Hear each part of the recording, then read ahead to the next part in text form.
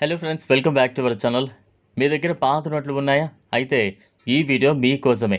ఎందుకంటే ఒకప్పుడు మా చేతిలో ఉన్న రూపాయి నోటు ఇప్పుడు లక్షల రూపాయలు విలువ చేస్తోంది. ఎలా అంటే ఇప్పుడు తెలుసుకుందాం. మనలో చాలామందికి తెలుసు, రిజర్వ్ బ్యాంకు కొన్ని పాత నోట్లు, నాణాలు ముద్రణ ఆపేసింది. కానీ అవి కొందరు కలెక్టర్లకు ఎంతో విలువైనవి. అందుకే మీరు పాత నోట్లను జాగ్రత్తగా వెతికి పెట్టుకున్నారంటే మీ అదృష్టం పొందొచ్చు. ఇప్పుడు మనం మాట్లాడుకుంటున్న నోట్ 1949లో విడుదలైన రూపాయి నోట్.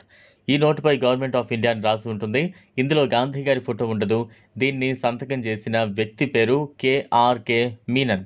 ఈ నోటు స్పెషల్గా ఎందుకంటే ఇది ఇండిపెండెంట్ ఇండియాలో విడుదలైన తొలి రూపాయి నోటు. ఇలాంటి నోట్లు ఇప్పుడు మార్కెట్లో అరుదుగా దొరుకుతాయి. చాలామంది నోట్ల కలెక్టర్లు వాటిని కోటీశ్వరులుగా కొనుగోలు చేయడానికి సిద్ధంగా ఉంటారు.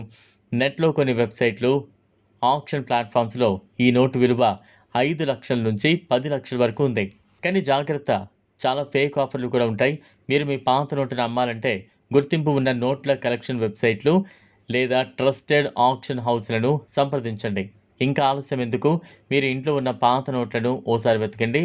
ఒక్క నోటుతో మీ జీవితమే మారిపోవచ్చు.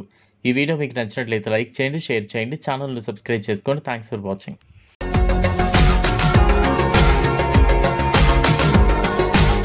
మరిన్ని అప్డేట్స్ కోసం మా ఛానల్ని సబ్స్క్రైబ్